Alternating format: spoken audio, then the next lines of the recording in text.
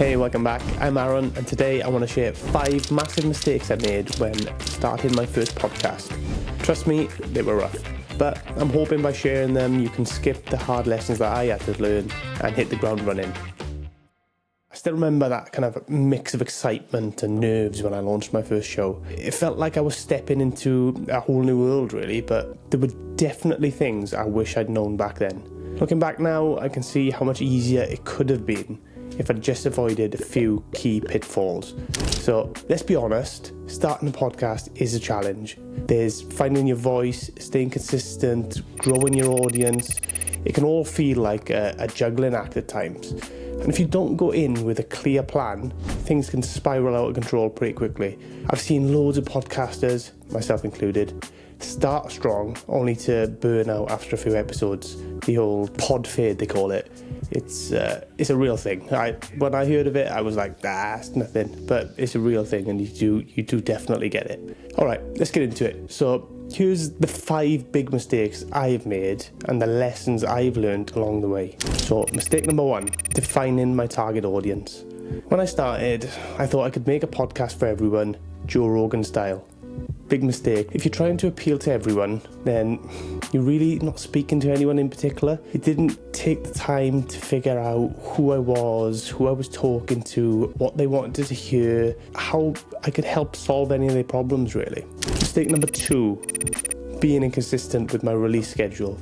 I started strong, episodes every week, almost every day at one point, no problem. But then life kind of gets in the way, and I started missing episodes, missing appointments, so I couldn't record, which then affected my schedule. That hurt my momentum and my audience and my guests, really. Consistency is everything in podcasting, so if people don't know when to expect your episodes, they lose interest pretty quickly. So lesson learned, pick a schedule that works for you and stick to it. Whether it's weekly, bi-weekly or monthly, consistency builds trust. It just has to work for you. Mistake number 3, using terrible equipment. Oh my god, that was me all over. I thought I could get away with using my laptop's built-in mic or the cheap $20 toner mic that I had off Amazon. Spoiler alert, you can't really. The audio was awful. And when it comes to a podcast, let's be real, no one wants to listen to a podcast that sounds like it's been recorded in a tin can. Honestly, I thought it was okay when I was releasing it, but then you listen to it in the car or, on your headphones, and it's just painful. So you don't need to break the bank though, saying that, right?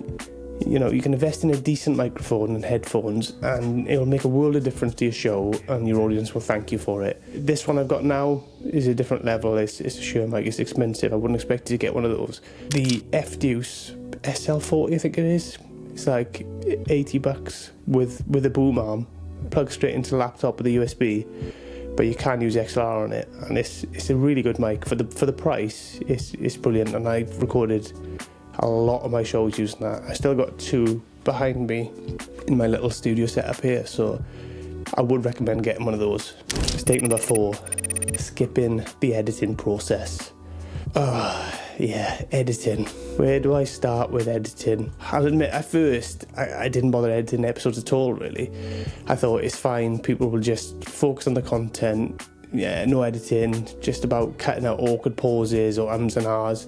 It's about making your podcast sound polished and professional. Having a good mic will take you half the way there. Your audio will be a lot better, especially if you've got video. Editing's another level again, and it's difficult. I use software that does a lot of it for me. I do minimal editing, but if you can edit it and you have the time to do it well, it will make a big difference to you. Sure, it takes time, but the effort is worth it in the long run. That finished article, a well-edited episode keeps people engaged and coming back for more.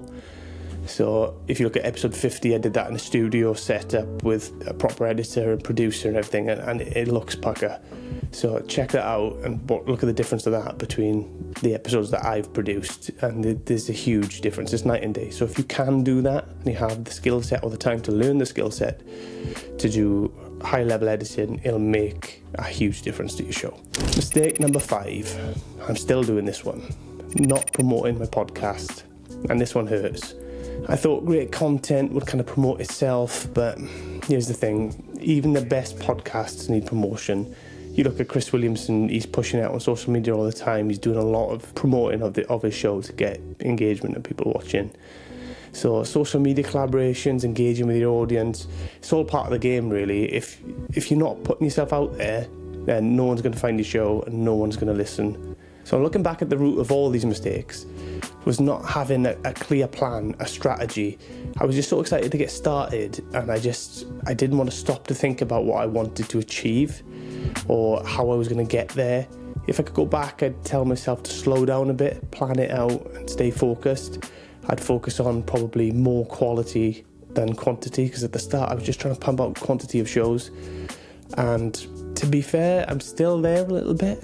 My target is to hit 100 shows. I've recorded number 69 now. So I want to hit 100 shows and then come up with a plan where I go from there. But I figured until I've done 100 shows, I'm probably pretty crap at delivering. So, how do you get better at doing this? Them reps and just repeating it and doing it. So once I get to that point, then I'll kind of reassess and have a proper strategy on how I'm going to grow the podcast, this particular direction that the podcast is going to go in, and ensure everything is aligned with that through my social media, because I do a lot of social media stuff. But again, I'm not promoting the podcast as such. I'm just kind of growing my brand and doing skits and funny stuff. So we'll see. There's a lot of work for me to do. I'm not perfect by any stretch, but these are the mistakes that I've made and or I'm still making, and I figured if I can share them with you, it might make your life a little bit easier. So let's recap. My 5 biggest podcasting mistakes were: 1, not defining my target audience; 2, being inconsistent with my release schedule and recording schedule really; 3, using terrible equipment; 4 was not paying enough attention to my editing process really, skipping that editing process; and 5, not promoting my podcast enough. Still doing that.